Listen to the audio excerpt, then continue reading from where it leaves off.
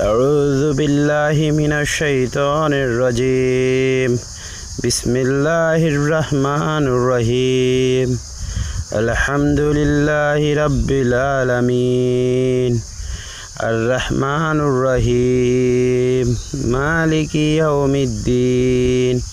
إياك نعبد وإياك نستعين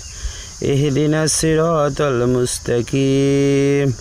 صراط الذين أنعمت عليهم غير المغضوب عليهم ولا الضالين آمين